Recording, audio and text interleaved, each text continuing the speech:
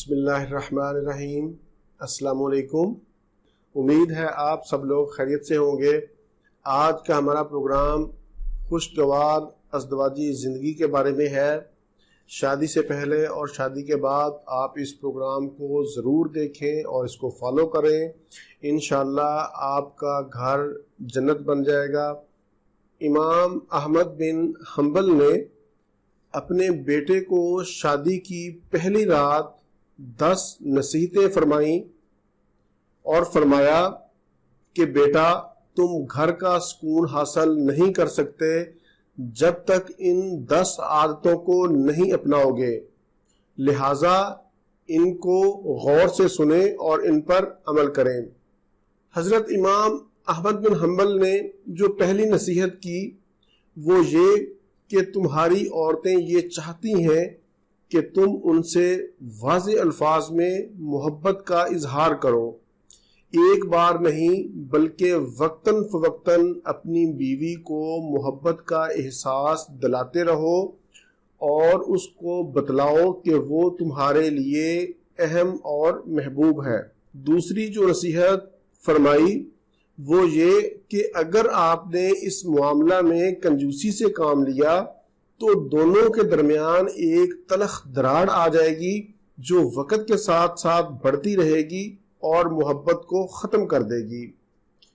تیسرے نمبر پر عورتیں انتہائی سخت اور بہت ہی محتاط مزاج مردوں کو پسند نہیں کرتی، لیکن وہ نرم مزاج مرد کی نرمی کا بے جا فائدہ اٹھانا بھی جانتی ہیں، لہٰذا ان دونوں صفات میں اعتدال سے کام لینا تاکہ گھر میں توازن قائم رہے اور تم دونوں کو ذہنی سکون حاصل ہو۔ امام صاحب نے جو چوتھی نصیحت فرمائی وہ یہ کہ عورتیں اپنے شوہروں سے توقع رکھتی ہیں جو شوہر اپنی بیویوں سے رکھتے ہیں، یعنی محبت بھری باتیں، خوبصورت نظر آنا، عمدہ خوشبو، لباس کی صفائی ستھرائی، لہٰذا ان تمام چیزوں کا ہمیشہ خیال رکھیں۔ 5ویں نمبر پر خاوند کا گھر عورت کی سلطنت ہوتا ہے۔ جب وہ وہاں ہوتی ہے تو گویا اپنی مملکت کے تخت پر بیٹھی ہوتی ہے۔ اس کی اس سلطنت میں بے جا مداخلت نہ کرنا اور اس کا تخت چھیننے کی کوشش نہ کرنا۔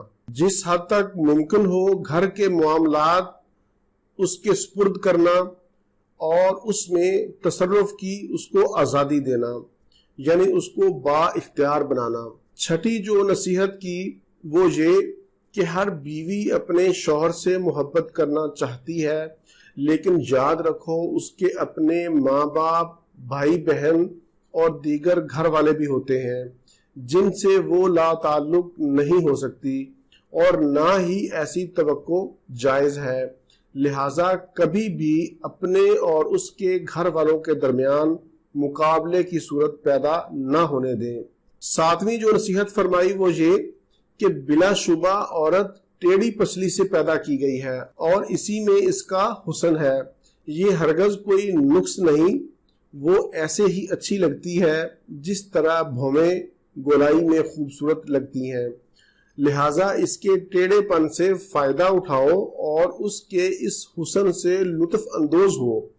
اگر اس کی کوئی بات ناگوار بھی گزرے تو اس کے ساتھ تلخی اور سختی سے سیدھا کرنے کی کوشش نہ کرو ورنہ وہ ٹوٹ جائے گی اور اس کا ٹوٹنا طلاق تک پہنچ جائے گا، مگر اس کے ساتھ ایسا بھی نہ کرنا کہ اس کی ہر غلط اور بے جا بات مانتے ہی چلے جاؤ، ورنہ وہ مغرور ہو جائے گی جو اس کے اپنے ہی لیے نقصان دہ ہے، لہٰذا معتدل مزاج رہنا اور حکمت سے معاملات کو چلانا۔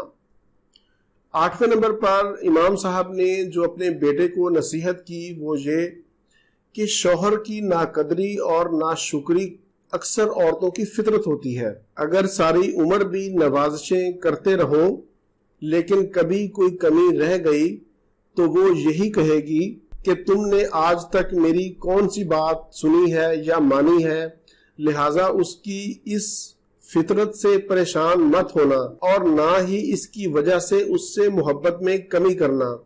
یہ ایک چھوٹا سا عیب ہے اس کے اندر، لیکن اس کے مقابلے میں اس کے اندر بے شمار خوبیاں بھی ہیں۔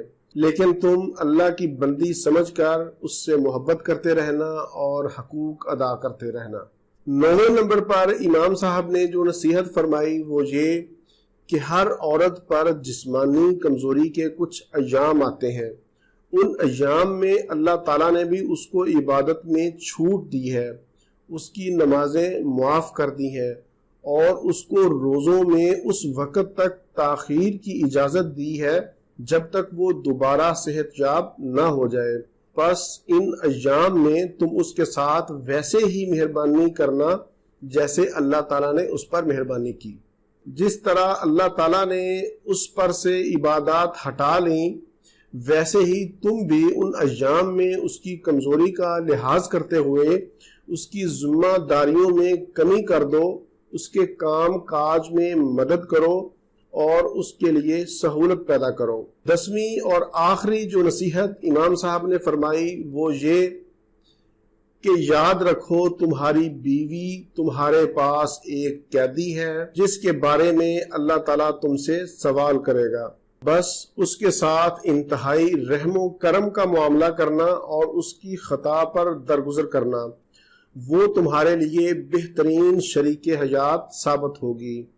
اگر مرد اور عورت دونوں ان 10 باتوں پر عمل کریں تو ان کی زندگی دنیا میں جنت کا نمونہ ہوگی۔ امید ہے آپ کو آج کا میرا یہ پروگرام بہت پسند آئے گا۔